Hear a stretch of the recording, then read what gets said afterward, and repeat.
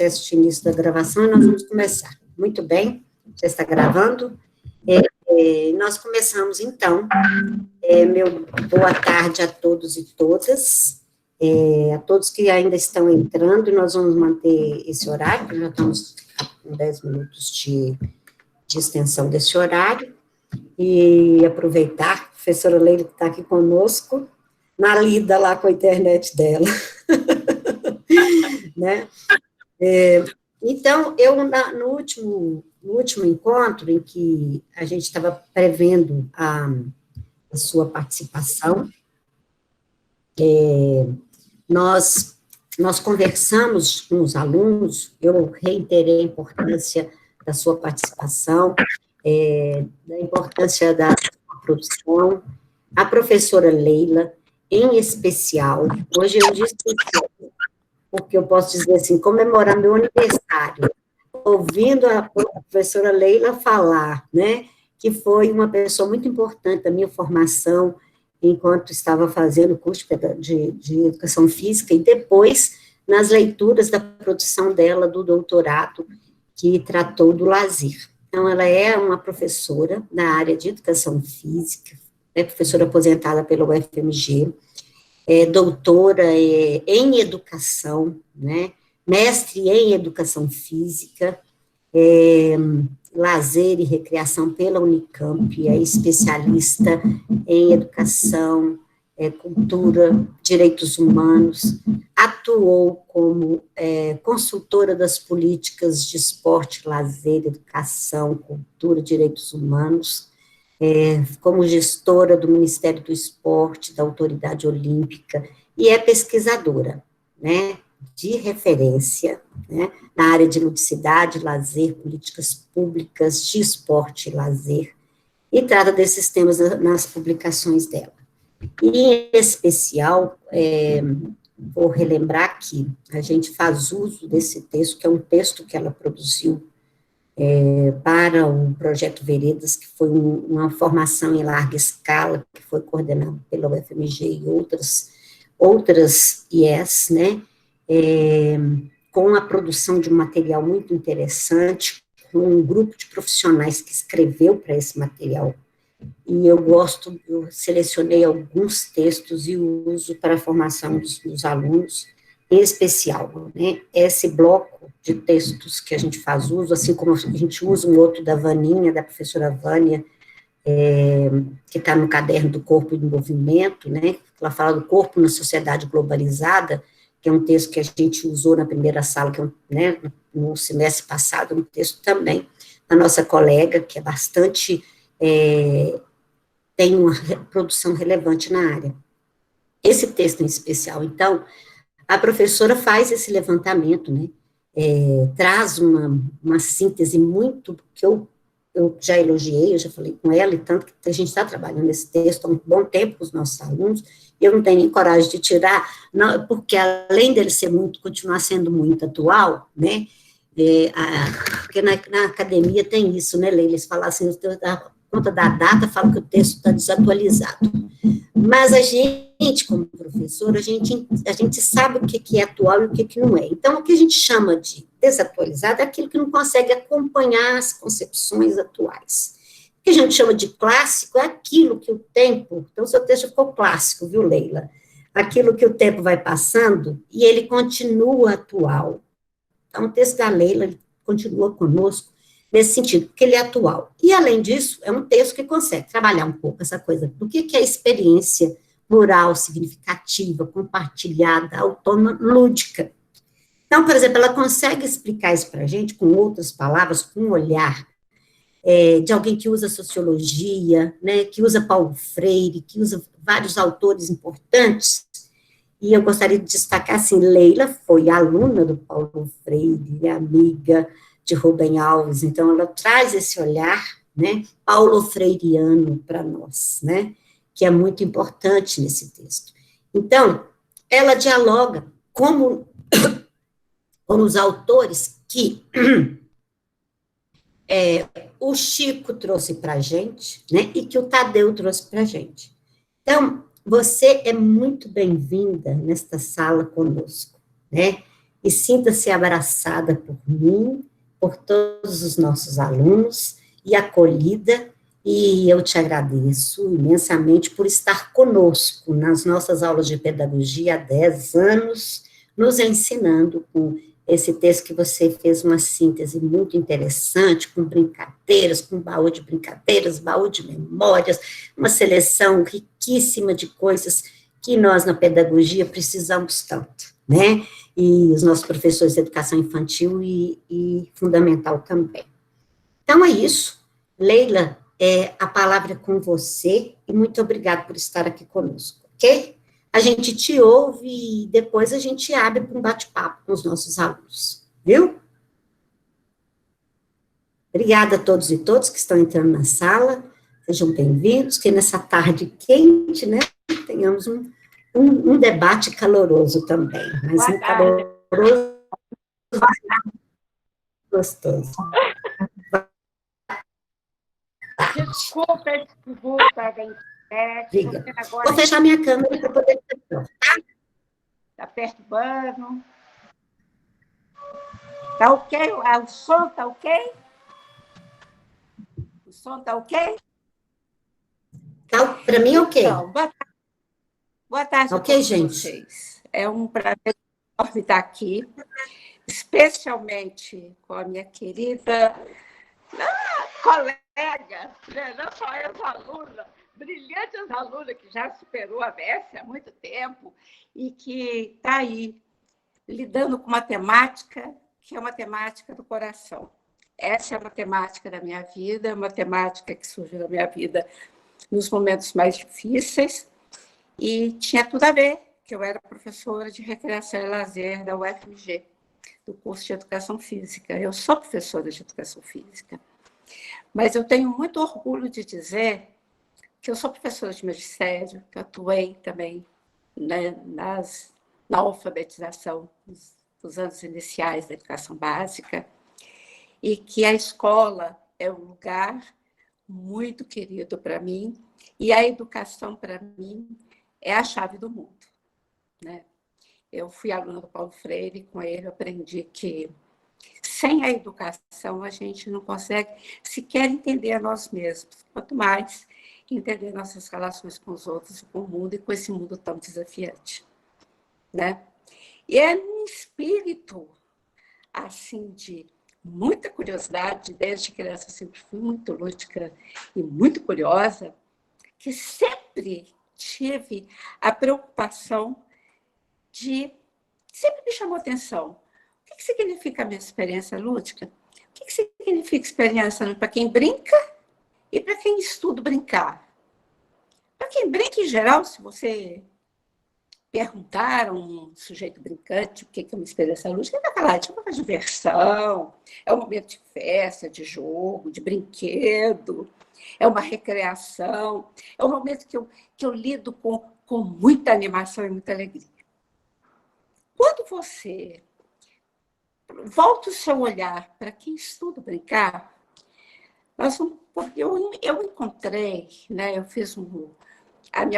eu aprofundei no meu estudo sobre ludicidade no mestrado na Unicamp.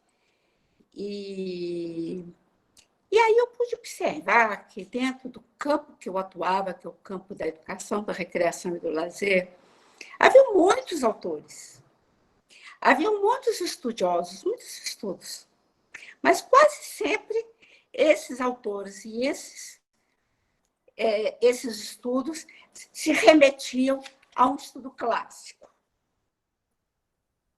Homo Ludens de Juan Huizinga. E fiquei muito curiosa por entender melhor o Huizinga. Será que o conceito de ludicidade do Huizinga, que no livro Homo Ludens, o jogo é a base da cultura, o jogo como elemento da cultura, será que esse é a concepção de ludicidade, o sentido e significado de ludicidade que tinha a ver com a minha curiosidade, tinha a ver com meus argumentos, tinha a ver com a minha visão de mundo? E aí eu pude perceber que todos os estudiosos que se debruçavam sobre o jogo enquanto cultura, eles sempre diziam, eles sempre nos lembravam que o jogo é um fundamento que precisa ser entendido mais a fundo, e não apenas como algo superficial em nossa vida. Mas que o Huizinga nos dava alguns elementos importantes para compreendermos o comportamento lúdico. Porém, esses dados, esses elementos, precisavam ser repensados de acordo com o contexto sociopolítico e cultural que nós vivemos hoje. Quem que foi o Huizinga? O Huizinga foi um holandês que lançou em Amsterdã em 1939. Ele viveu entre 1872 e 1945. E em 1939 lançou na língua alemã. Lembra que nós estávamos vivendo no mundo no início de uma Segunda Guerra Mundial. E ele lançou em língua alemã o livro Homo Ludens, o jogo com elementos da cultura, que foi amplamente divulgado por toda a Europa. Esse livro foi publicado no Brasil em 1980, mas até hoje ele está aí presente na literatura obrigatória, na leitura obrigatória de todos os estudiosos da cidade. O livro me chama a atenção, primeiro porque entende o jogo como cultura, e depois me assusta quando, de início, ele lança uma frase, uma afirmação, para mim, extremamente contraditória. As crianças brincam tal como os animais. O que essa frase nos faz pensar? Gerou a necessidade de entender melhor onde o Huizinga buscou os seus fundamentos para construir a sua teoria sobre ludicidade. E aí a gente percebe que ele construiu a leitura de ludicidade que ele propõe a partir da etologia, que é o estudo do comportamento dos animais. Com isso, o que acontece? Ele naturalizou as brincadeiras infantis, consideradas por eles como os animais, como comportamentos instintivos, determinados biologicamente, comuns a todas as espécies. Mais à frente, em 89, Humberto Eco lança uma obra sobre os espelhos e outros ensaios e nos chama a atenção sobre os estudos do Huizinga pelas severas críticas que todo mundo acadêmico passa a ter ao analisar os estudos do Huizinga enquanto uma proposta cultural fundamentada na etologia.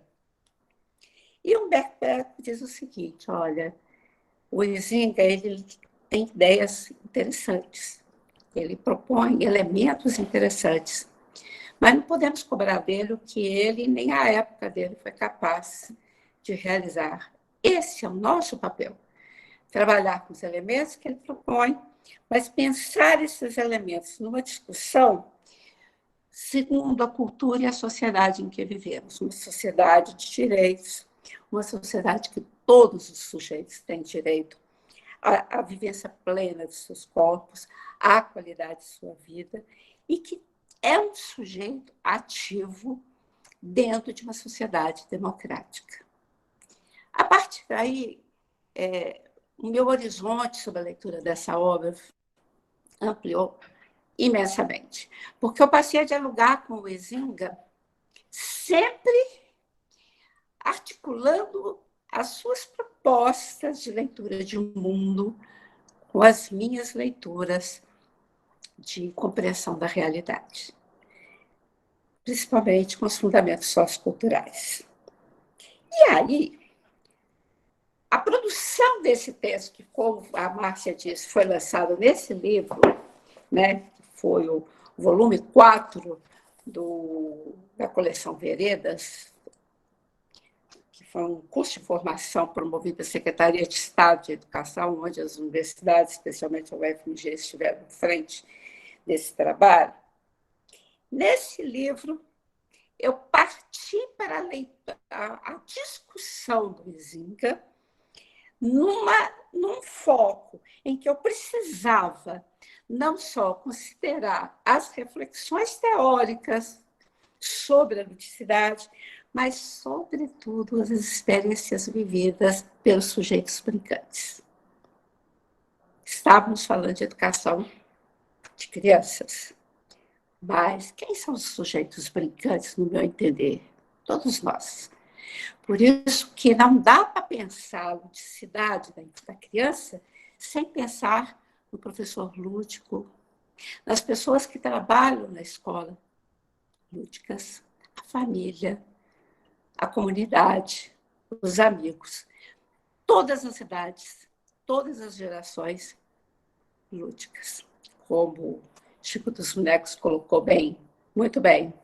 O lúdico vive conosco desde a infância.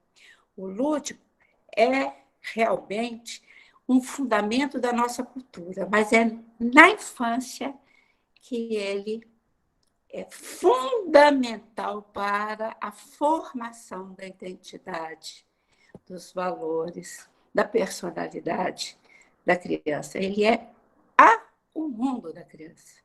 A criança aprende a viver brincando. Ensina e aprende brincando. Então, ele é fundamental na infância. Então, está nessa faixa etária, nós convivemos com a base do que nós vamos viver como ludicidade ao longo de nossa vida.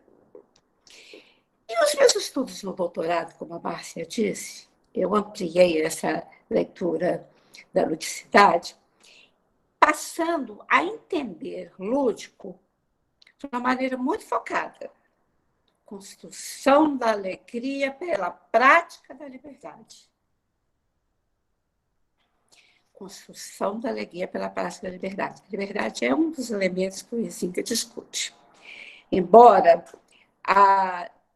o sentido que o Huizinga atribui à liberdade não é o sentido que caracteriza a vivência cidadã, a vivência das sociedades democráticas, a vivência de direitos, das sociedades de direitos. Segundo o Huizinga, não atribuía à liberdade o princípio do contexto de arbítrio. Ele entendia que a liberdade da criança era gerada pela força do instinto e das suas necessidades físicas e seletivas, que seriam naturais. Então, esse é um aspecto que eu teria que avançar nessa discussão e na vivência da prática lúdica. Um outro aspecto muito importante que o Gilles Bruguet me ajudou muito a construir é pensar que o lúdico, sendo uma construção de liberdade, ele é, sem dúvida, algo que é influenciado pela vida sociocultural, mas que também influencia a vida sociocultural. Então, ele influencia e é influenciado pelo modo como as pessoas vivem, pelas sociedades onde elas se constroem como sujeitos, pela educação que ela recebe, pelas relações de sociabilidade que ela convive ao longo de sua vida, pelas relações educativas que ela convive dentro e fora da escola, em qualquer momento de sua vida. Mas, por isso que o Huizinga já diz, o lúdico é algo que pressupõe uma aprendizagem social, e pressupõe uma aprendizagem social na infância e ao longo da vida. Mas que aprendizagem é essa? Que o lúdico, numa visão de construção da alegria pela liberdade, pressupõe. Como é que ela acontece? O que ela acontece? Quem ensina? Quem aprende? Certamente, nesse seminário, muitas dessas respostas já foram aí discutidas pelos nossos queridos palestrantes, que e colegas que estão aí debruçando sobre brincar, sobre jogar, sobre brinquedos, sobre as brincadeiras. Mas, no meu ponto de vista, 3 grandes princípios articulam esse processo educativo, esse processo de aprendizagem, de vivência do lúdico. O princípio da pluralidade significativa, o princípio da ação compartilhada e o princípio da ação com autonomia. Aí eu pergunto, que aspectos caracterizam esses princípios? Hoje, né? Hoje, na vida que nós vivemos hoje, no século, no ano 2020. Quais os desafios que nós estamos enfrentando na nossa formação como pedagogos, como educadores, e na nossa atuação como pessoas brincantes e da área da educação, atuantes com a educação dentro e fora da escola? Bom, o princípio da pluralidade significativa já começa a me dar umas dicas importantes. Primeiro, como ficou muito claro na fala dos outros participantes desse seminário, o lúdico, ele nasce da curiosidade. É a curiosidade que move o lúdico. É a motivação que move o lúdico. É o interesse comum entre os sujeitos brincantes que mobiliza a experiência lúdica. Mas ela se realiza a partir do momento que esses sujeitos brincantes têm oportunidades de exercitar suas capacidades de recriar os conteúdos, de recriar situações concretas que vivem, de recriar as instâncias materiais e simbólicas com as quais ele vive. Por isso que a gente diz que o lúdico, ao mesmo tempo que ele é plural, pela multiculturalidade em termos de conteúdos de ação, ele é singular, porque como ele nasce da curiosidade, da ação específica de cada sujeito brincante, ele é único para cada um deles. A experiência lúdica é uma experiência que permite que o sujeito atribua sentidos e significados os mais diversos ao que está acontecendo. O modo como ele lida com as instâncias da construção lúdica, com a instância, com o tempo, com o espaço, com o lugar, com as ações, com as atitudes, com os comportamentos, com as relações, com os objetivos, com as experiências, mas são todas, todas essas relações acontecem de forma consciente e voluntária.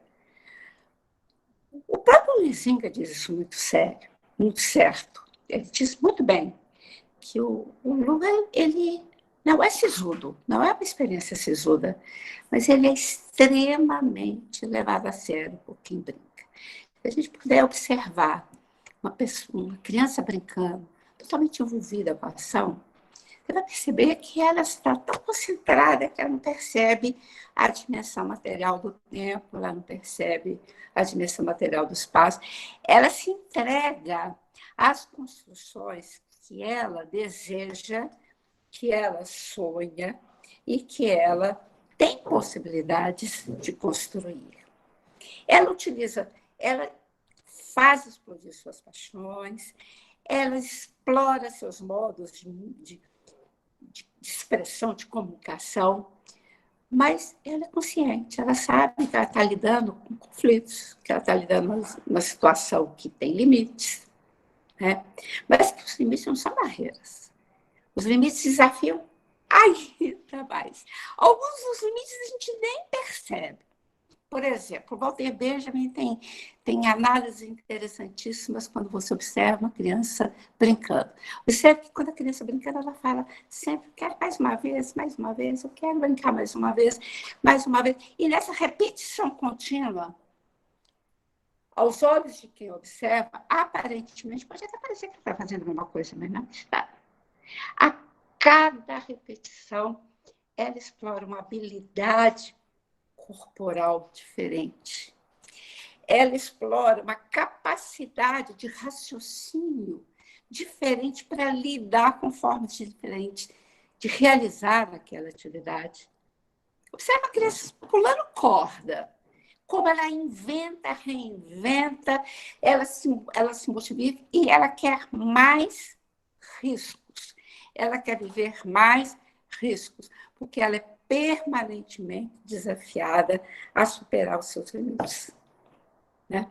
Então, é muito importante na pluralidade lúdica, as repetições são muito importantes, a capacidade de recriação são muito importantes, as diferentes situações, as habilidades são muito importantes. Né? Vários autores que trabalham como Gardner lembram muito a importância de trabalhar, que estão envolvidas nas experiências lúdicas, não apenas habilidades sinestésicas, o movimento, mas também as habilidades lógico-matemáticas, também as habilidades linguísticas, espacial, musical, muito importante, né? Como já foi reforçado muitas vezes aqui nesse seminário, como que a música, ela que tem como elementos a harmonia, a melodia e o ritmo, ela nos ajuda a construir uma relação mais harmoniosa com as coisas, com os sonhos, com os desejos, com as nossas ações.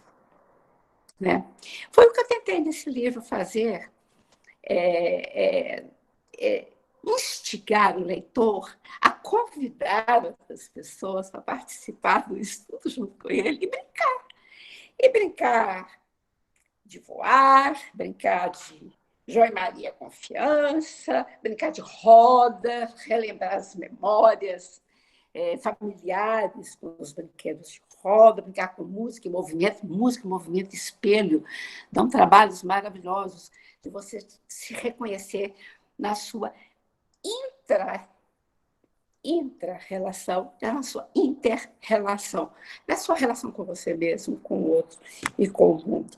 E, inclusive, as habilidades cibernéticas. Eu acho que quando entra nas habilidades cibernéticas, eu já sei que esse já foi uma questão discutida aqui nesse seminário.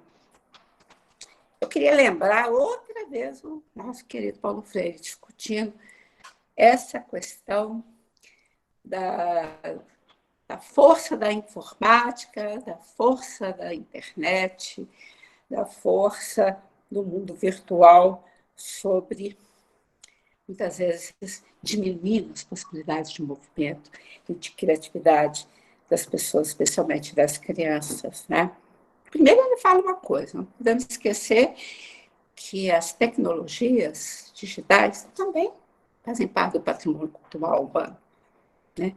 E, como tal, elas precisam ser apropriadas, mas precisam ser apropriadas de forma crítica, criativa e sensata, porque não apenas a linguagem digital faz parte do universo de comunicativo do ser humano. São várias linguagens que precisam ser desenvolvidas. Né?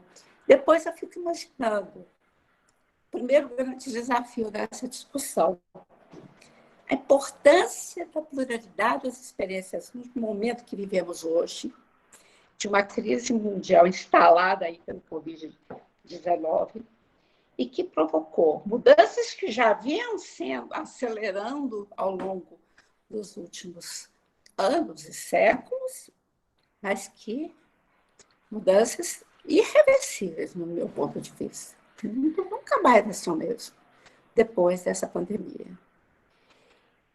E aí, como é que nós vamos enfrentar essa possibilidade da pluralidade lúdica, tendo, muitas vezes, restrita as nossas interações interpessoais, a nossa interação com os lugares de brincar dentro e fora da escola, a nossa interação com a natureza.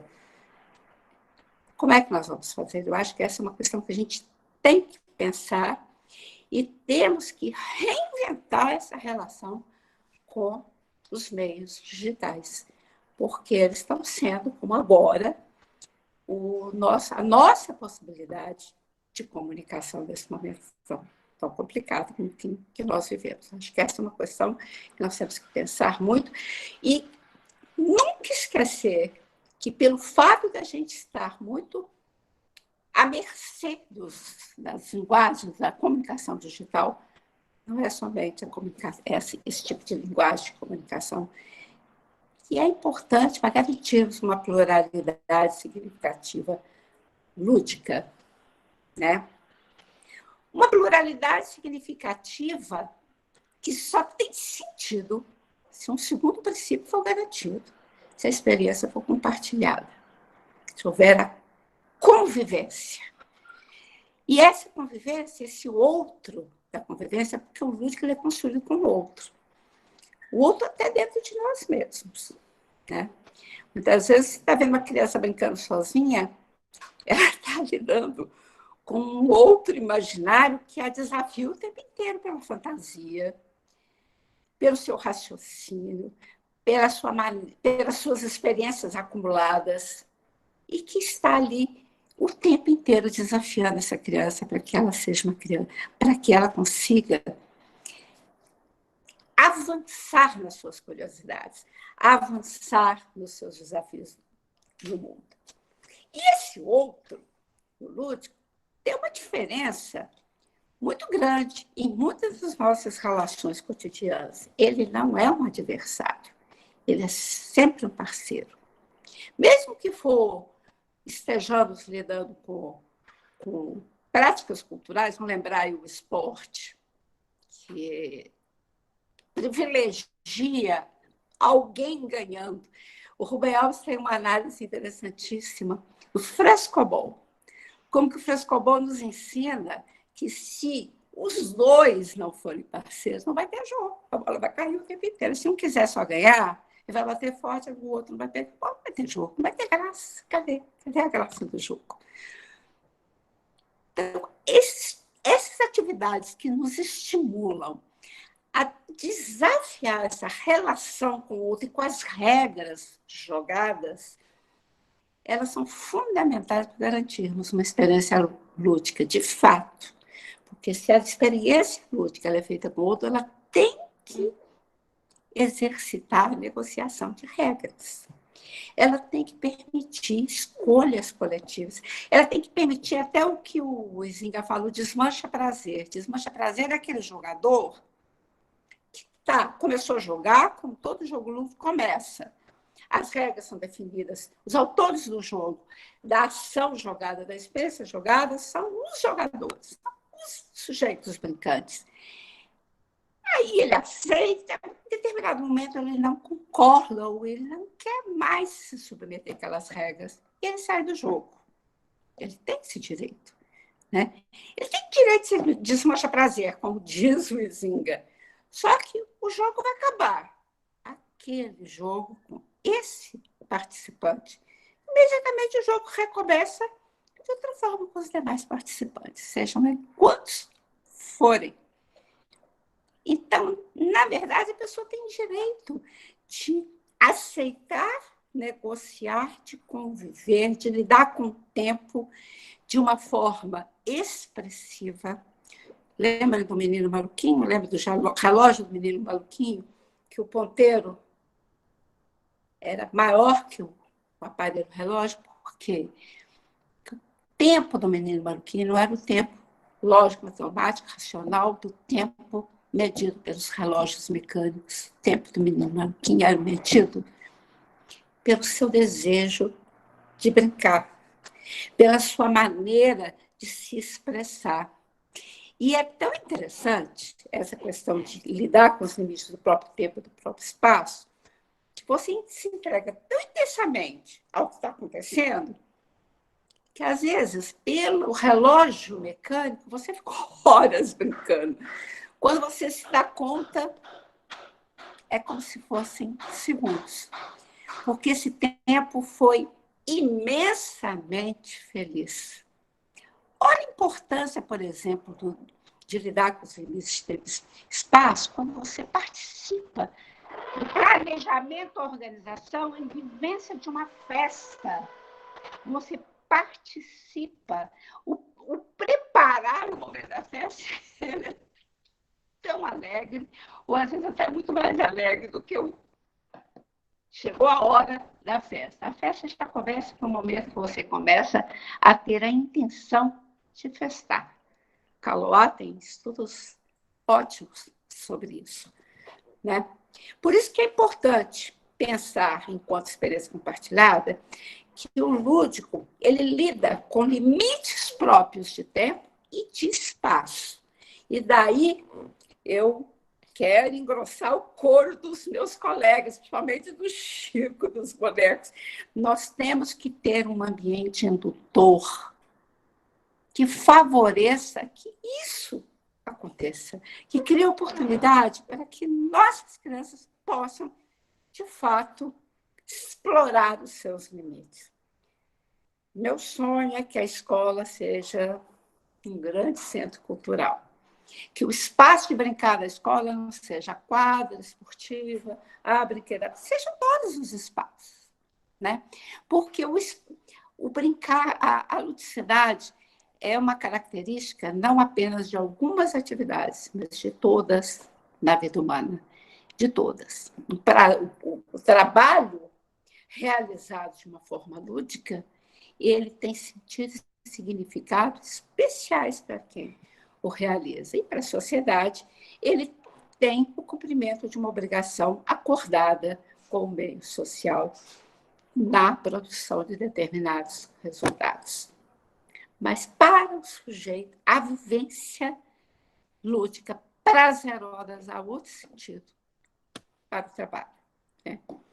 E aí o texto vai estimulando isso, vai estimulando que a escola, como grande centro cultural lúdico, promova muita coisa, festas, visitas, danças, brinquedos, gincanas, piqueniques, etc. Quer dizer, e tendo que novamente reinventar essa situação no segundo desafio. A atualidade que nós estamos vivendo de pandemia está demandando que nós todos, como educadores e como sujeitos, possamos recriar formas de sociabilidade, modos de lidar com o tempo e espaço e com o diálogo. Acho que uma palavra-chave no princípio lúdico como experiência compartilhada é o diálogo. Eu lembro que a ideia da educar é isso mesmo. Não é o professor que fala primeiro e ensina. O professor primeiro pergunta aos alunos o que eles sabem sobre determinados temas, o que eles conhecem sobre determinadas coisas, o que eles desejam conhecer sobre a vida, o que eles pensam. Brincar mostra uma necessidade enorme de que possamos ouvir e ser ouvidos. E dar ouvidos bem aguçados para as nossas crianças. Isso é fundamental para a sua formação, para a autonomia. Tá, terceiro princípio, no último que eu destaquei, o princípio do lúdico como uma ação com autonomia. Palavra-chave, liberdade. E aí, a possibilidade de exercitar a liberdade é que, para mim, gera a alegria lúdica. Eu acho que a alegria lúdica genuína é aquela que nasce da possibilidade que você teve de escolha, de sonhar, de ter curiosidade, sonhar, de fazer, escolher e realizar.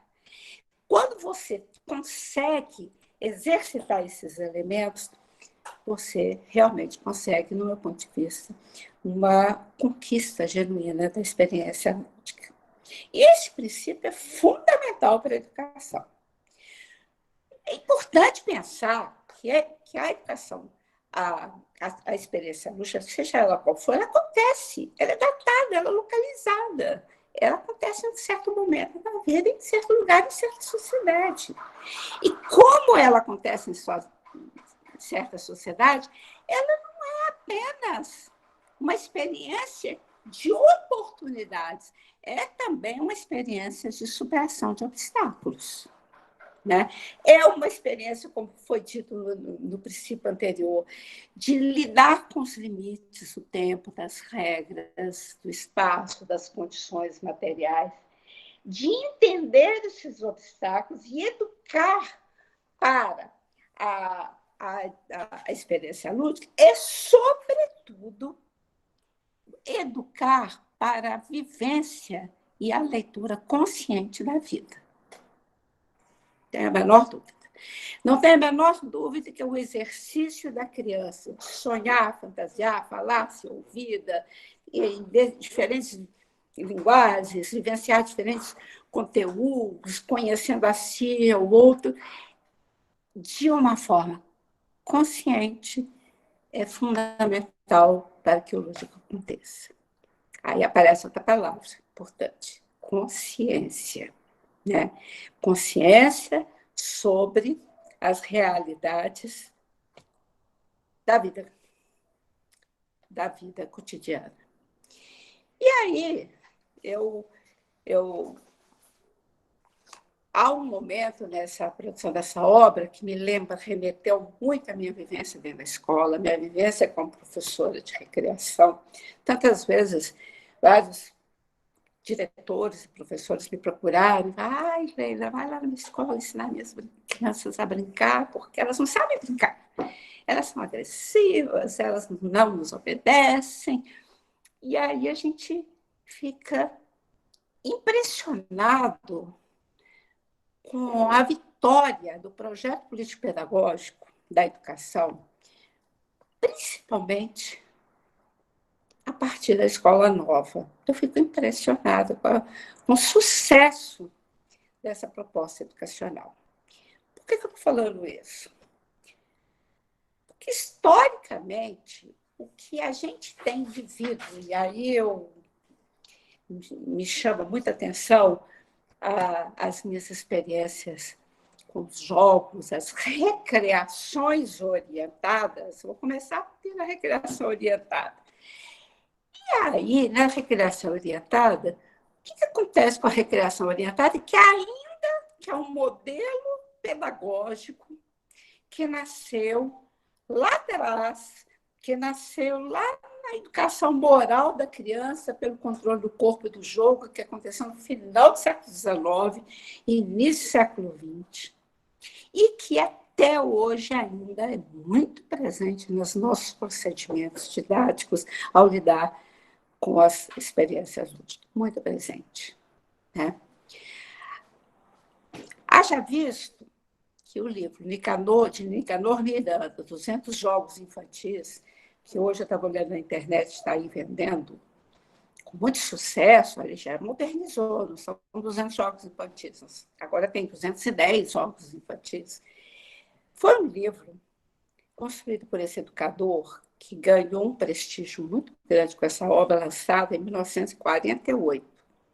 Eu não sei quantas edições esse livro tem até hoje. Foi um livro premiado pelo Estado Novo pela sua importância educacional na formação necessária que o país precisava naquele momento para consolidar um projeto político-pedagógico de preparação da população para um modelo social capitalista, de produção capitalista. Então, a ideia da recreação orientada é aquela ideia de um jogo espontâneo, por meio de linguagem de fácil compreensão, comunicação e controle, mas que induzisse os corpos à alegria. Induzisse os corpos à alegria. Muito usado desde a escola normal do Brasil, de 1835, já se falava dos jogos de recreio. As leis de 1892 delegavam aos professores a incumbência de ministrar horas de recreios controladas para manter as crianças disciplinadas nos seus momentos de folga. E aí o jogo foi ganhando essa características de controle, de disciplina, e tudo determinado. né? No livro do Nicanor, as classificações dos jogos, tem jogos para meninas, tem jogos para meninos, tem jogos certos para cada idade, tem jogos certos para cada momento, com certos objetivos, tem uma maneira certa de organizar as regras, de organizar a condição material necessária para a execução do jogo.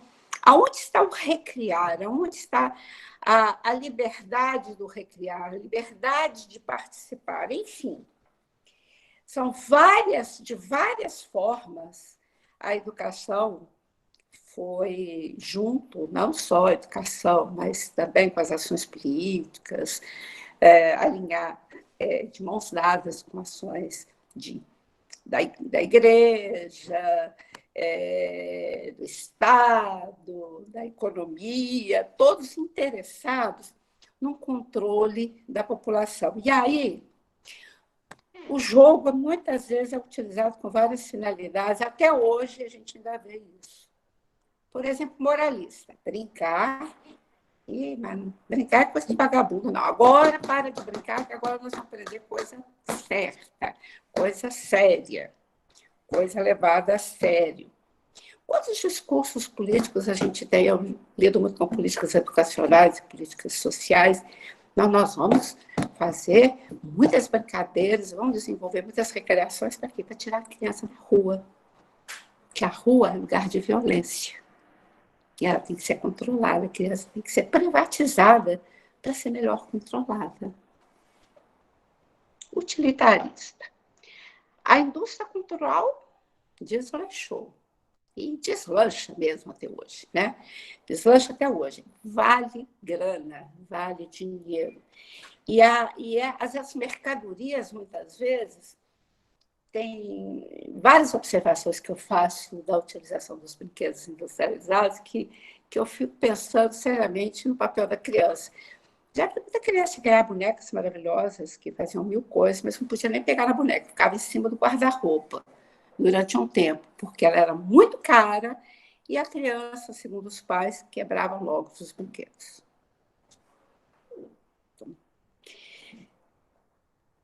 Gerando o consumo de serviços e compras de bens simbólicos muito rentáveis.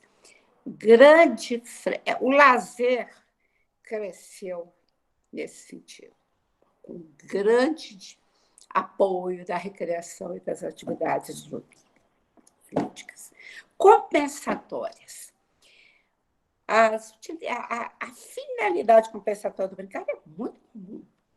Bom, agora nós vamos parar nossas atividades e vamos brincar um pouco para vocês descansarem e voltarem melhor para a próxima atividade, render mais. Os estudos estão muito intensos, então agora todo mundo vai parar de fazer uma ginástica, vai cantar uma música, vai dançar um pouquinho, para poder aliviar as tensões. Nós temos que aprender a brincar direitinho, de forma que controle a inquietação das crianças. São falas que a gente vê no cotidiano com muita facilidade, acha que sai de uma maneira espontânea, mas não, faz parte de um projeto político de Estado de controle de corpos, do jogo, da alegria, do brincar, porque são revolucionários, porque são criativos, porque eles permitem sonhar e ver novas dimensões do mundo. Comunicação da expressão. Na escola, muitas vezes, o lúdico é valorizado porque ele ensina matemática, português, ciência. Por ele mesmo, nem precisa ser valorizado. De fato, ele é um grande elemento pedagógico no ensino de vários conteúdos. Mas ele é essencial, sobretudo, por ele mesmo. Né? Eu acho que meu tempo deu, a gente precisa conversar um pouquinho, né? Estou doida para um bate-papo com vocês. Mas eu queria terminar essa minha fala fazendo um alerta, lendo um pouco algumas palavras do meu querido Paulo Freire, no livro Pedagogia da Autonomia, né? Onde ele critica muito essas coerções que que eu também discuto nesse artigo da revista Motor e Vivência, que foi um número especial, o jogo e o brinquedo na educação física. É uma publicação de 96, mas que, a meu ver, precisa ser repensada eternamente. Mas o Paulo Freire nos ajuda a superar, a repensar essas correções e pensar numa educação para a experiência lúdica com consciência da importância do lúdico. E ele diz o seguinte, ele lembra que os sujeitos precisam ser educados para a autonomia fundada nas experiências estéticas, éticas, críticas e criativas, respeitando saberes de outros sujeitos, rejeitando toda forma de discriminação, reconhecendo a identidade cultural dos sujeitos e grupos, superando os condicionamentos da sociedade e corporificando as palavras pelo exemplo, buscando a apreensão da realidade com convicção de que mudanças são possíveis. Nesse processo educativo, o lúdico é comprometido com as intervenções no mundo, exercita a curiosidade, a liberdade, tomada de consciente de decisões, o saber escutar, o diálogo, a ação coletiva, o querer bem ao outro e a alegria das nossas convivências. Acho que esse é um grande desafio da educação. E eu espero. A gente não esqueça que a gente também está sendo educado por outros meios, por outros projetos de sociedade, que às vezes a gente nem pensa muito sobre eles, mas que é importante pensar. E conversar um pouquinho. Bom, maravilhosa, Leila, muito obrigada, né? Você trouxe importantes reflexões, e enquanto eu vou fazendo aqui um entremeio, pessoal, se alguém pensou em alguma questão para a gente dialogar com a professora, né, eu acho que seria legal, a gente pode até abrir a câmera, né, que fica legal. Eu acho que a importância desse debate com você hoje, eu gostaria de destacar, é exatamente porque ele vai ao encontro e dá um novo olhar, e um diferente, talvez, um diferente olhar, como trouxe o Eugênio Tadeu também. Já anunciando, assim, que o Eugênio mandou uns slides da fala dele, que eu vou disponibilizar no e-mail para todos vocês, tá? Daqueles conceitos que ele traz lá das brincadeiras e tudo mais, né? Eu acho que em destaque eu gosto desse texto porque exatamente ele traz esses três princípios, né, da experiência lúdica, como experiência oral significativa, compartilhada, de autonomia, e esse olhar é muito legal, né, é muito interessante, é muito rico, muito relevante, ver o lúdico por esse olhar, com essa prática libertadora. E acho que quando você termina sua fala, que traz o uso da recreação, que na verdade tem a ver todo com a forma que a nossa sociedade se organiza e como ela vê e nos vê, tanto o trabalhador como as pessoas, como a escola também se organiza, e eu gosto muito quando você chama atenção sobre a questão da organização da escola, né? Os nossos alunos, os meus alunos que estão aqui, também fazem uma disciplina comigo, são 2 disciplinas que eu trabalho a organização do tempo e do trabalho pedagógico, onde nós trabalhamos experiências inovadoras de escolas no Brasil, e uma em Portugal, que é a Escola da Ponte, que se organiza de forma totalmente diferente da organização que nós temos atual na escola. Eu sempre digo para os nossos alunos, eles sabem disso, que acho, e estou respaldado em alguns teóricos que dizem isso, um deles é o Pernod, outro deles é o Ati, porque, não sei se você sabe, né, professora, eu não segui a linha da discussão da educação física, nem da recreação, porque não é a minha discussão de objeto de análise, a minha discussão é a avaliação e o portfólio, né? Esse é meu tema de estudo, de aprofundamento, de escrita de livros, é isso que eu escrevo. Mas é interessante que, no meu doutorado, a banca perguntou assim para mim, ô Márcia, você vai ter que, no meu doutorado, na minha qualificação, a Mabel, não sei se você a conhece, que é da área da didática, que estuda o ensino superior, perguntou assim, você podia escrever lá o seu texto final, o que você acha que te orientou, que te inspirou, foi pensar a avaliação de forma tão diferenciada, de forma tão rica, com esse olhar tão ampliado, né? Então, uma das coisas que eu busquei tá na minha tese, que faz parte da minha metodologia, foi exatamente um pouco assim, esse olhar, né, plural, da autonomia, que eu fui fazendo ao longo da minha carreira, né, primeiro como professora na educação básica, mas eu sempre trazia essa coisa do lúdico. Então, como vendo isso, que isso não estava na escola, eu trouxe isso para discutir na avaliação, porque eu sempre achava que a avaliação é o espaço do controle, né? Então, você não vê os corpos, você não vê a estética, você não vê as outras linguagens. Então, eu dialogo com isso, eu trago essa Márcia brincante, um processo avaliativo que é sisudo, sabe? Então, eu criei com eles, nessa disciplina, meus alunos e para os convidados, eles estão, né, a partir de 2014, 15, eu comecei um processo chamado Webfólio Brincante. E esse Webfólio Brincante, eles têm que trazer toda a experiência brincante que eles tiveram ao longo da vida e articulando com o que eles aprenderam na disciplina. Sai coisa maravilhosa. Aí nós temos um Facebook brincante, um blog fólio brincante, os dedoche fólios brincantes, sabe? E eles vão criando e usando as coisas que fazem as interfaces. Isso é muito bacana. Mas esse olhar só é possível porque nós reorganizamos tempos e espaços, né? Então, eu acho que isso é muito importante. Bom, eu fiz só entremei, já falei bastante, 5 minutos aqui, eu estou contando. E aí eu deixo para, se alguém quiser fazer alguma questão para a professora, se a professora depois quiser comentar o que eu disse, né, em relação a isso, tem muitas coisas que a gente pode conversar ainda, né? Alguém do grupo? Nós estamos com...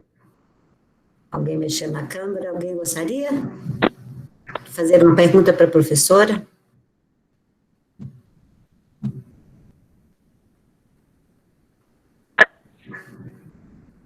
Todo mundo tímido hoje, né? Eu posso fazer um comentário? Claro. Leila, você estava falando da avaliação, né? Da mesma forma que a avaliação ainda é muito punitiva, né? Ainda é muito punitiva. Ela como lúdico, precisa, as experiências lúdicas, o uso pedagógico das experiências lúdicas, precisam superar essa visão punitiva, tanto da avaliação quanto do uso pedagógico. Era para pensar, como muitas vezes na escola, a punição é não brincar. Você não fez o que devia, então você não vai para o recreio hoje. Você vai se ocupar mais com outras atividades. E aí eu fico imaginando, da mesma forma que a visão punitiva do jogo precisa ser superada pelo diálogo, a avaliação também. E nada melhor como esse tipo de atividade que você propõe aí nos seus portfólios, né? Acho que eu fiz um pouco isso nessa obra publicada pelo Veredas. Não sei se você percebe o tempo inteiro. A sua... Vai lá, conversa com a sua família. Avalie suas relações. Né? Avalie esse suas texto, relações. Vem. Esse texto seu... Em que uma alegria aconteceu? esse texto seu, professora, me inspirou muito a montar o arcabouço e a estrutura da disciplina. Tem um fórum que a gente chama de baú de brincadeiras, que na verdade eu me inspirei na sua proposta aqui do baú de brincadeiras, né? Aí eu trago várias ideias do baú de brincadeiras, também com links e tal, que é muito legal. Então, assim, tem um outro grupo, tem um grupo de brincantes, eu vou ver se eu acho que está no livro aqui, que também dá para eles discutirem. Então, assim, eu penso que sim, você tem essa... Eu queria te contar uma coisa, que você vai conversando enquanto as pessoas vão se inspirando aí, né? Na minha experiência como professora, porque eu sou muito risona, puxei isso muito do meu pai, né? Eu tenho uma irmã aqui que está participando com a gente, chama Cláudia, ela é professora de educação infantil no estado de Goiás, né? E ela vai poder dizer que isso é verdade. Meu pai é muito brincante, sabe? Meu pai sempre levou a vida cantarolando, contando histórias para nós, então ele reinventava, eu achava muito engraçado, e eu conto isso para os meus alunos também, porque a gente criou uma sala que a gente chama Memórias da Minha Infância, e aí eu conto um pouco das memórias da minha infância, que no município que eu nasci, que chama Chalé, e como eu brincava na rua, como a gente cantava as músicas que a gente cantava, as músicas que a minha mãe cantava para mim, e as histórias que o papai contava, histórias do Joãozinho e Maria, né? E aí meu pai era tão criativo, porque se ele fosse um escritor, ele tinha ganhado muito dinheiro com a criatividade dele, sabe? Porque ele era capaz de tirar o João e Maria de uma floresta que estava lá pronto para morrer, sabe? E levar para o mar, sabe? E, de repente, ter que lidar com uma cobra de 7 cabeças. Olha a imaginação, eu lembro perfeitamente como ele criava aquilo, porque ele chegava da roça e a gente louca para ver o que ele ia desenrolar com o Joãozinho e com a Maria lá no mar com a cobra de 7 cabeças, sabe? Então, assim, ele me inspirou muito. Então, eu sempre fui uma professora brincante. E os alunos, meus alunos, desde muito tempo, meus colegas, me chamavam de professora, você é louca. Olha aqui essa coisa que você falou, assim, que tem a ver com o uso do lúdico, que, assim, a nossa sociedade nos engessou tanto em relação ao corpo, que quando você tem uma pessoa alegre, que canta, que experimenta uma docência de uma forma mais aberta, mais dialógica, aí eu sempre recebi esse título, você é louca, percebe? Mas, assim, era um louca que os alunos sempre gostam, né? Assim, porque eles, ao mesmo tempo, eles assustam, né? Tinha um primeiro susto, eu sempre falo com meus alunos assim, eles perguntam assim, professora, que dia que começa a avaliação? Eu falo assim, uai, já começou? Que dia que começou a aula? Aí eles falam assim, uai, que dia que foi? 1º de agosto? A avaliação começou, né? Então, aqui, porque fica ali a ideia. Então, eu vou enrolando a ideia do conhecimento, porque eu ensino para eles que a gente não faz tarefa, nós fazemos ações de aprendizagem. E essas ações de aprendizagem estão ligadas a todo esse processo cognitivo que vai sendo colocado.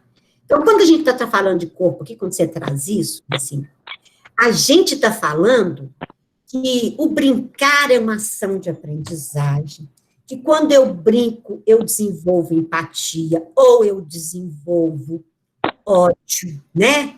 Eu desenvolvo uma experiência afetiva ou não.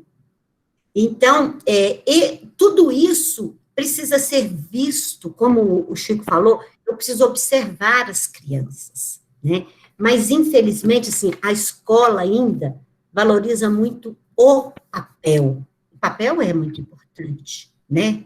Mas e as outras competências? Você termina esse texto e traz as diferentes linguagens, né?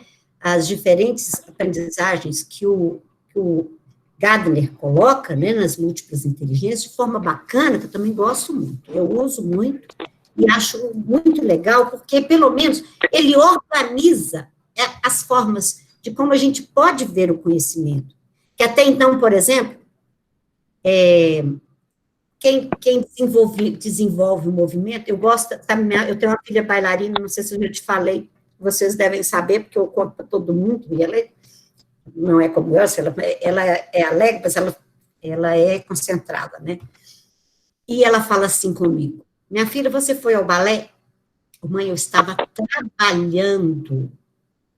Ela faz questão de dizer para mim o tempo todo que balé é trabalho, porque balé para ela é trabalho, né?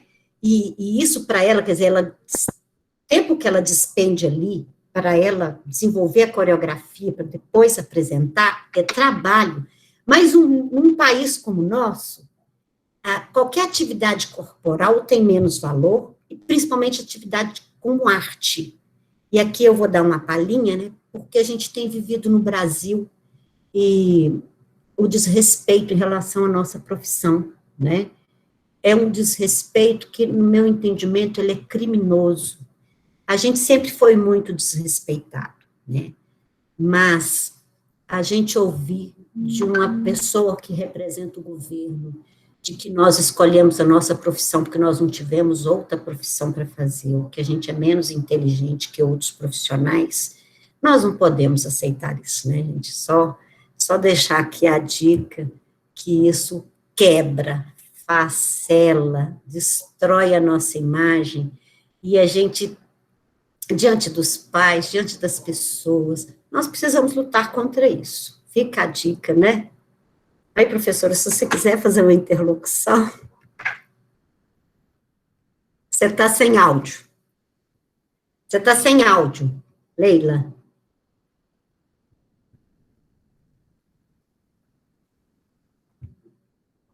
Ainda não.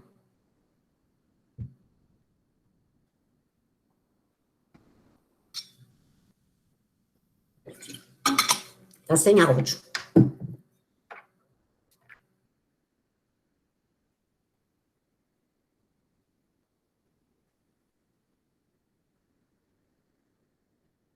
Seu áudio não voltou. Você está usando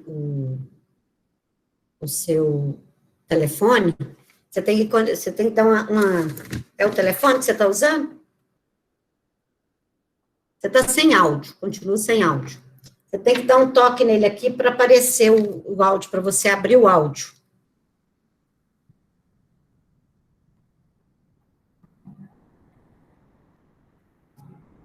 Enquanto ela abre o áudio, eu vou agradecendo aqui a minha irmã que está aqui presente, né? Está dizendo que conta e reconta histórias na lógica do papai, que é o nosso pai maravilhoso, né? E que sim, nós estamos vivendo um momento revoltante, mas nós, como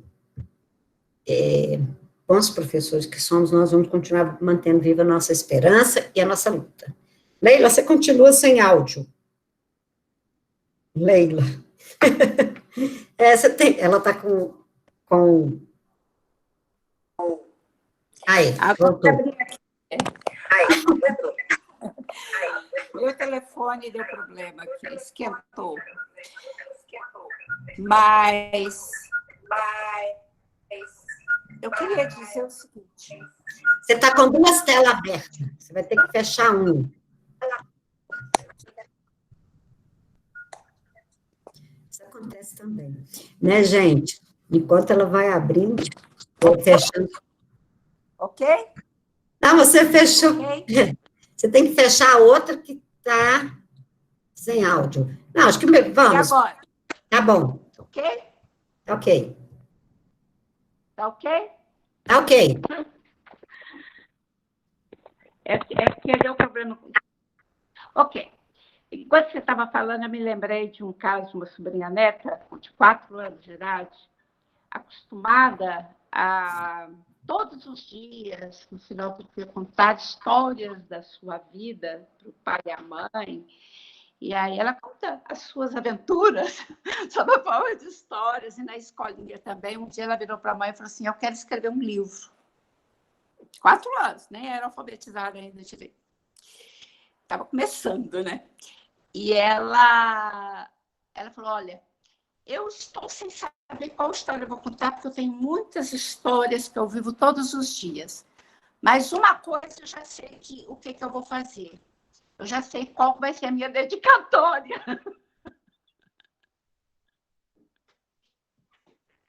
Já sei para quem que eu vou dedicar esse livro. E, no fundo, ela queria dedicar o livro para quem a escuta todos os dias. 4 anos, hein? Nos ensinando. Eu acho que é isso. Eu acho que a escola precisa realmente perder o medo do controle. Lembrar que tanto a educação quanto a ciência precisa da ludicidade, ela precisa das descobertas, precisa da aventura, precisa do risco. Se queremos formar pessoas que explorem o mundo cada vez com maior eficiência, com maior profundidade, precisa para pessoas que façam isso de forma lúdica, prazerosa e significativa. A escola precisa se abrir para o outro, perceber que, começando a partir dele e do diálogo com ele, as sínteses necessárias que a educação, de que cada conteúdo precisa realizar, serão realizadas. Né? As sínteses necessárias, as avaliações necessárias, a organização do conhecimento serão realizadas. E serão realizadas de uma maneira compartilhada com o aluno opinando, com o aluno sugerindo, com o aluno participando da organização do pensamento e das atividades. Eu fico muito feliz de poder estar aqui conversando com vocês. Como eu estou com o celular, eu não consegui ler direito umas mensagens que apareceram aí na tela, mas depois eu gostaria de saber melhor a opinião de todos. Mas dizer que eu desejo muito que a gente possa perceber que, apesar de todas as crises que nós estamos vivendo, eu olho da janela da minha casa e vejo as árvores floridas, as flores se explodindo de cores e de alegria. A natureza nos mostra que a vida continua e que a gente não pode perder a essência da beleza da vida, que é a alegria. E nas nossas relações humanas, a alegria precisa de uma participação livre, consciente, sensível, atenta a todos os detalhes. Não é fácil, né? Não é fácil, porque existem muitas questões que a gente nem percebe e que estão aí, dadas por outras instâncias da vida social. Mas nós temos a capacidade, na educação, de ler o mundo, de intervir nele, de provocar mudanças lúdicas. Desejo uma vida muito brincante para todos vocês. E agradeço profundamente a oportunidade de estar aqui vivendo essa tarde maravilhosa com essas pessoas que eu admiro tanto. Um beijo carinhoso. Leila, espera, nós vamos falar só mais, eu quero falar mais alguma coisa aqui, a gente se despede. Enquanto estava, quando eu voltei do meu doutorado, eu fiz algumas experiências brincando com os meninos do Morro das Pedras, que foi muito legal, sabe? Eu falava assim, da brincadeira das cadeiras excludente à brincadeira includente. Então, na verdade, muita gente faz isso, né? Mas eu escrevi sobre a brincadeira, fotografando as crianças, né? Então, a brincadeira consiste, os alunos, nós já trabalhamos com meus alunos, já conhecem, né? Consiste, ao invés, né, de sair as crianças, saem as cadeiras, né? Agora não está podendo fazer, a gente nem pode fazer, nós não temos aula, nem pode aglomerar. Mas as crianças tinham que, ao sair das cadeiras, uma ir sentando no colo umas das outras, até sobrar uma cadeira. O fato é que ninguém sai e todos ficam. O mais legal da brincadeira é que a gente chama ela de brincadeira includente, que pode ser com almofada includente, pode ser com um jornal, pode ser com bambolê, né? Você pode mudar o objeto. É que a gente discute, inclusive, com os alunos, porque, como você disse aqui, a questão do jogo do frescobol e o tênis. Os nossos alunos, eles também vão carregando a ideia de que o jogo precisa ser competitivo, que o jogo precisa excluir, né? Ele vai carregando isso porque a nossa sociedade vai alimentando o pai fala, você tem que dar nota 10, porque se for nota 8,9, então ele vai criando toda uma ideia de inclusão e exclusão que tem a ver com essas médias, né, que vai se criando com a ideia do sair. Então, quando você, os piquititos lá, de 5, 6 anos, quando você faz, ou que seja maior, que eu faço com os adultos, faço com pessoas de todas as idades, mas eles perguntam assim, mas como é que fica, a pergunta, Leila, preste atenção, mas como é que fica? A vida é competitiva? Quer dizer, se eu não faço a brincadeira competitiva como professora, e ensino a competição, que tem que sair e ficar apenas um que é o vencedor, os outros todos não são vencedores, né? Eu não estou ensinando. Aí eu digo o contrário. Olha, por que todos nós não podemos vencer juntos? Porque é um desafio também sentar no colo do outro. Arrumar essa experiência corporal de uma técnica de que eu sento, olha para você ver, sentar numa cadeira, mas como eu vou sentar? E aí eles criam a possibilidade. Então, a ideia que eu estou dizendo aqui é que nós podemos, que aqui nós falamos com o Rubinho ontem também, nós podemos reconstruir as brincadeiras, né? Porque é o que você coloca aqui da brincadeira lúdica, do autônomo, da plural e significativa, é isso. Quer dizer, a possibilidade desse aluno se encontrar na brincadeira de formas diferentes daquilo que está colocado, né? E que tem que ser colocado, porque ela precisa ser útil, ela precisa ser compensatória, ela precisa, né? Não. Ela precisa ser reflexiva e crítica, que é isso que você trouxe, né? Eu aprendi direito, professora?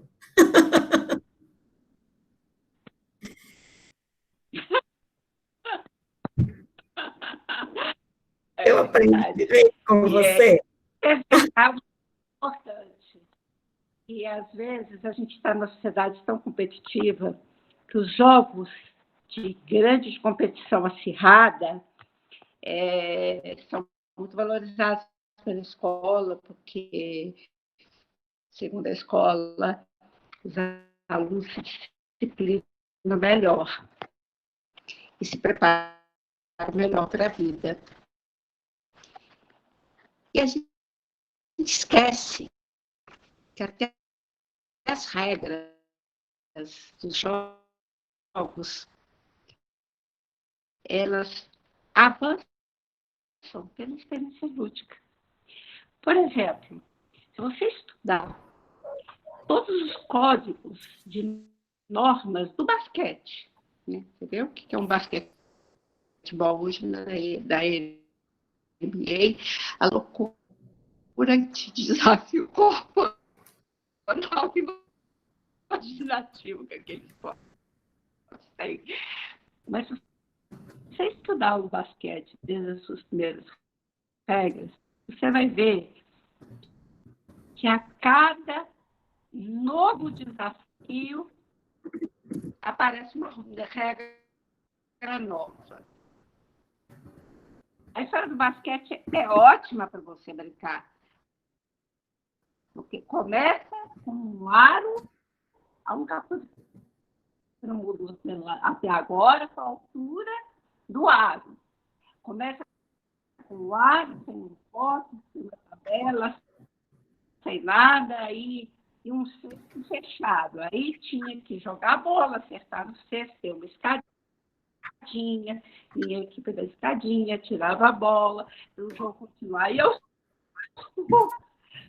as pessoas foram descobrindo novas formas de criar um jogo mais dinâmico. E aí, a cesta, a fura, o cesto, põe a redinha para visualizar, você põe a tabela para facilitar o retorno da bola, e daí vai.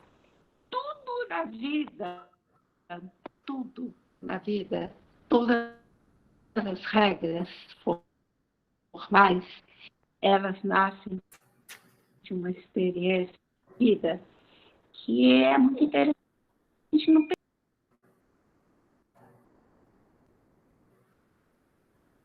Gente, a Leila saiu da reunião. Foi ficando ruim, né? O som dela para você estava ruim também? A internet da professora? Estão me ouvindo? O Gilberto? Estava ruim para você, Gilberto? Então, pessoal, a professora deve voltar aí. Sim, Márcia. Professora, voltou? Travando. Oi? Foi ficando baixinho e travando. Foi, né? Professora voltou. Sua internet estava, sua voz estava falhando e sua imagem foi picando. Nós vamos fechar, então, Leila, né? Aproveitando aqui que nosso tempo, nós estamos no tempo, fizemos uma prosa muito interessante. Você estava falando que ia terminar, por gentileza, porque, na verdade, picou, você saiu e voltou.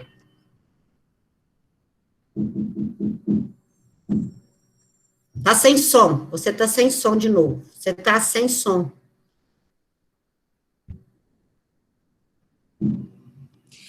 Agora voltou. Ok.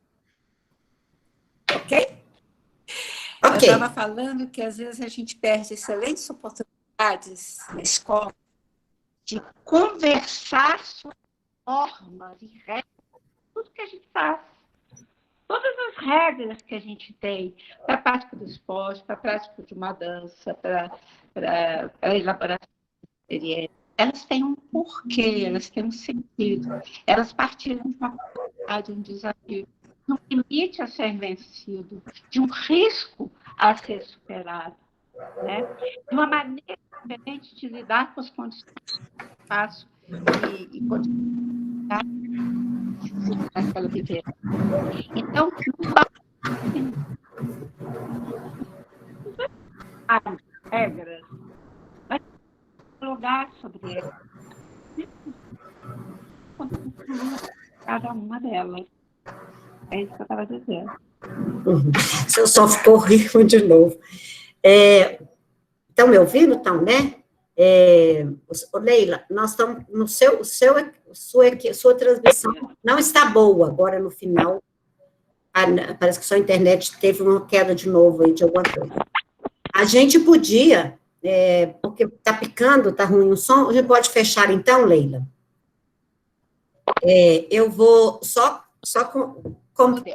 eu vou comentar aqui para os meus alunos e para você, que foi isso que eu fazia. Aí eu fotografava essa experiência com os meninos, tanto, por exemplo, ao ensinar eles pularem em altura, ou fazer a roda da cadeira, e fazia o painel brincante das fotografias, que era o registro que a escola visse e que eles se vissem brincando.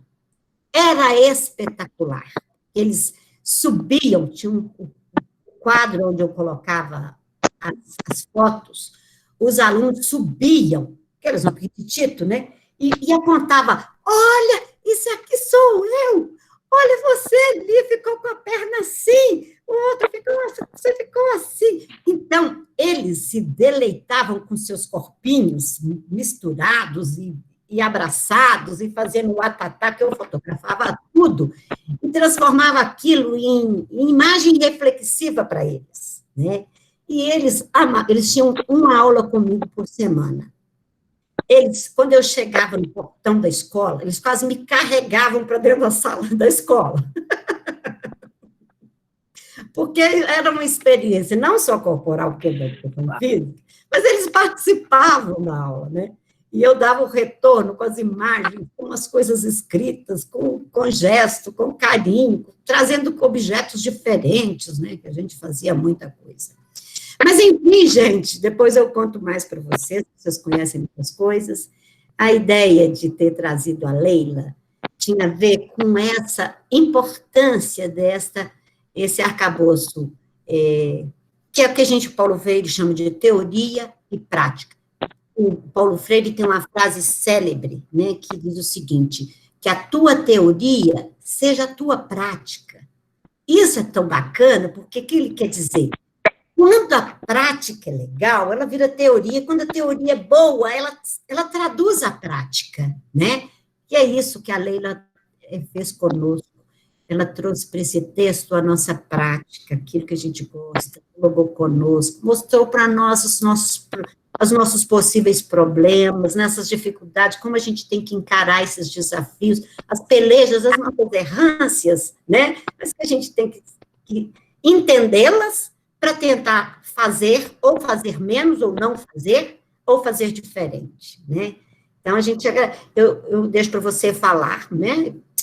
Fechar a sua fala, e em seguida eu vou me despedir de todo mundo. Leila. Leila, de novo. Para você se despedir. Eu estou vendo as mensagens aí super carinhosas, obrigada pelas mensagens. Também amei. E quero dizer que é um prazer e uma honra enorme estar com vocês. Estarei sempre disponível, né? Vamos fazer dessa comunicação digital uma comunicação direta, intensa e lúdica, né? Porque nós vamos dar sentido a toda essa nossa comunicação a partir do momento que quer brincar. Acho que a experiência lúdica tem sucesso na escola a partir do momento que o educador e a própria escola quer promover a brincadeira e sabe que ela valoriza o sujeito, reconhece o sujeito na sua identidade e vai ter um grande aliado na construção de novos conhecimentos, na busca de saberes, etc.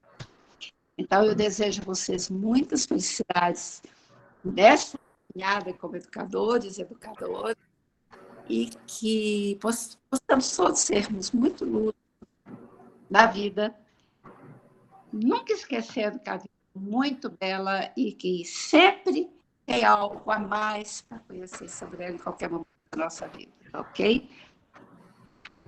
Um beijo carinhoso.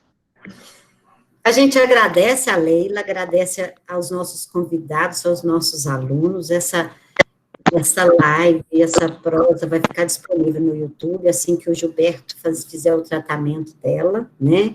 Eu agradeço vocês também por estarem aqui com as mensagens carinhosas pelo meu aniversário, e estou compartilhando esse dia com vocês, né, nessa prosa com a Leila, que foi um presente para mim, né?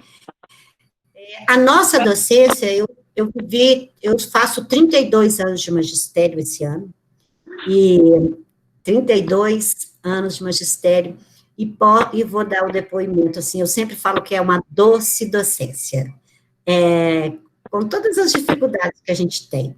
Mas uma coisa que eu sempre digo para os meus alunos, que é extremamente importante, não tem nada mais legal, mais intenso, do que o carinho dos nossos alunos para conosco, quando nós fazemos essa docência carinhosa, com competência, com qualidade, que junta todas as competências que precisa reunir. E os alunos, eles sabem disso, que é que nós conversamos na coisa do encantamento. Eles aprendem conosco e nos agradecem com os beijinhos, com os abraços, com os retornos, com os vivas, né? Muito obrigada. E é isso aqui, olha, mas a Leila também, estamos nos encontrando, tem um tempo, né, Leila, que nós não nos víamos e nem nos vemos pessoalmente, certamente tem uns 20 anos, né, tem bastante tempo.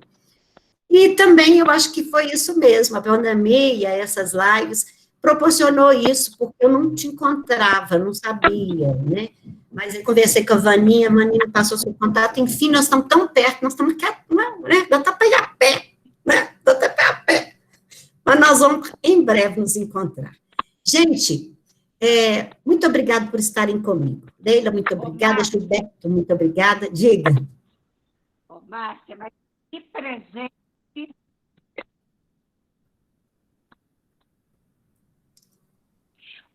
presente esse papo no dia do seu aniversário. Sim. E sabendo agora, né? Parabéns, minha querida.